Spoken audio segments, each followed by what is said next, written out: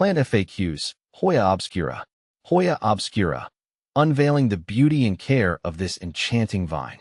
Hi, Ferbvu here. Today, we're diving into the world of the Hoya obscura, a captivating vine prized for its unique foliage and fragrant blooms. Whether you're a seasoned plant parent or a curious newcomer, this guide will equip you with the knowledge to cultivate this tropical wonder.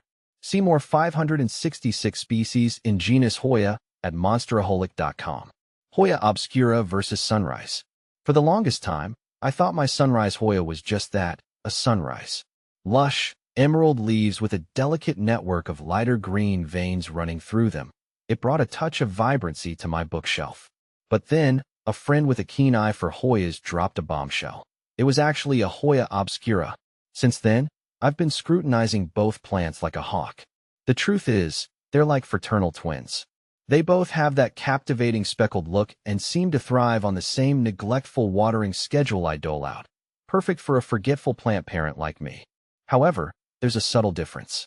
My sunrise Hoya's leaves seem to have a sharper point at the tip, while the obscura's leaves have a rounder, almost heart-shaped edge. It's a faint distinction, but noticeable once you start looking for it. The jury's still out on which one I prefer. The obscura might have a more whimsical leaf shape, but the sunrise's vibrant green just pops in a way the obscura's slightly darker hue doesn't. Honestly, the biggest difference for me right now is the constant internal debate about which one I actually have. Light, illuminating the Hoya obscura's needs. The Hoya obscura thrives in bright, indirect sunlight. Imagine a spot that receives dappled morning sun or indirect light throughout the day. Avoid harsh afternoon sun, which can scorch the leaves. Can it tolerate low light? While it tolerates lower light conditions, growth might be stunted, and flowering is less likely. Comparison to Hoya Crimson Queen. Both Hoyas prefer bright, indirect light. However, the Crimson Queen can tolerate slightly more direct sun, which enhances its vibrant red foliage. Watering, finding the golden ratio. The Hoya obscura isn't a thirsty plant. It prefers deep, infrequent watering. The key is to let the soil dry completely between waterings. Stick your finger into the soil. If the top inch feels dry, it's watering time. Overwatering is the enemy. Excess moisture can lead to root rot. Signs of overwatering include yellowing leaves, mushy stems, and stunted growth. Comparison to pothos. Pothos enjoys consistently moist soil, while the Hoya obscura prefers drying out between waterings. Soil, the foundation for growth. A well-draining potting mix is crucial for the Hoya obscura. Opt for a mix specifically formulated for orchids or cacti, or create your own by combining potting soil with perlite or orchid bark for optimal drainage. Signs of improper drainage. If water pools on top of the soil or drains out slowly, repotting with a better draining mix is necessary. Comparison to snake plant. Both plants appreciate well-draining soil, but the snake plant tolerates even drier conditions than the Hoya obscura.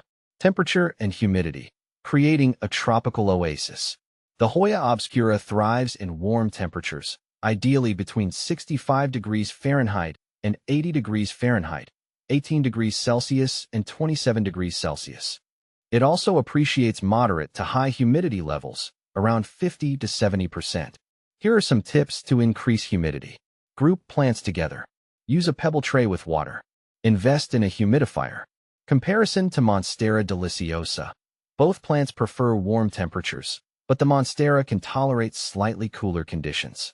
The Monstera also thrives in moderate humidity, but can adapt to lower levels. Fertilizing, fueling growth, optional. While not essential, feeding your Hoya obscura a balanced fertilizer during the growing season, spring and summer, can promote lusher foliage and more frequent blooms. Opt for a diluted fertilizer solution once a month. Avoid fertilizing during winter when the plant is dormant. Signs of overfertilization. Leaf tips turning brown or yellow could indicate fertilizer burn. Flush the soil with water to remove excess salts. Comparison to African violet. Both plants benefit from occasional fertilization, but African violets require a specific fertilizer formula. Common problems and solutions. Yellowing leaves. This could be due to overwatering, underwatering, or lack of light. Adjust your watering routine and provide brighter indirect light. Mealybugs. These tiny white insects suck sap from the plant. Treat them with insecticidal soap or neem oil spray. Scale. These armored insects appear as bumps on the leaves or stems. Use a cotton swab dipped in alcohol to remove them manually. Not flowering. Insufficient light or infrequent fertilization could be the culprits.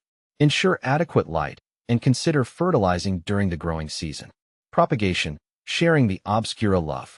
The Hoya Obscura can be propagated through stem cuttings. Take a healthy stem with a few nodes, remove the lower leaves, and dip the cut end in rooting hormone, optional. Plant the cutting in a well-draining potting mix and keep it moist but not soggy. Patience is key. Rooting can take several weeks. Comparison to jade plant. Both plants can be propagated through stem cuttings, but the jade plant propagates slightly faster. Conclusion. The allure of the Hoya Obscura. With its captivating foliage and fragrant blooms, the Hoya Obscura is a captivating addition to any plant collection. By following these simple care tips, you can cultivate a thriving Hoya and witness its enchanting beauty firsthand. Remember, the key lies in providing bright, indirect light, well-draining soil, and infrequent watering. With a little TLC, your Hoya Obscura will reward you with years of enjoyment.